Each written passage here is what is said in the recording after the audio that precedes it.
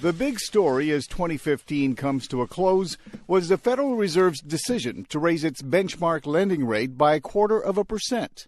And it reflects the committee's confidence that the economy will continue to strengthen. Despite ups and downs early in the year, U.S. growth appears to have stabilized, and unemployment is at a 7-year low.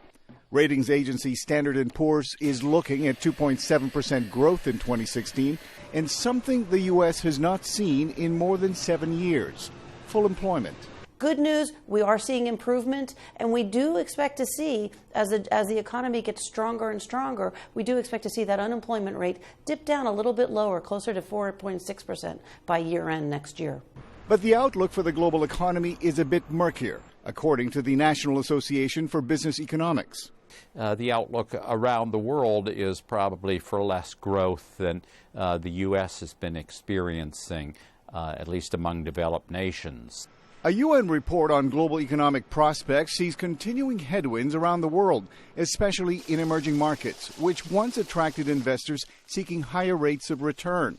Here's Gus Fauché, economist at PNC Financial Services, on Skype. I think that it is going to be more difficult for emerging markets. They're much more subject to big capital flows in and out. So there could be some dislocation there as the Fed starts to raise rates in the United States. And as 2016 begins, persistent worries remain regarding slower growth in Europe and in China. Despite the uncertainties, most economists say warnings about a potential worldwide recession are exaggerated. Obviously, things go wrong. We see certainly worries in the Eurozone, softness in China, all these things suggesting that that it will be a bumpy road ahead. But I don't necessarily say that suggests a recession is imminent.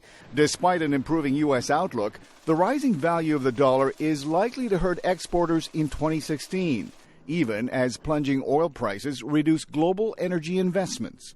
Mil Arcega, VOA News, Washington.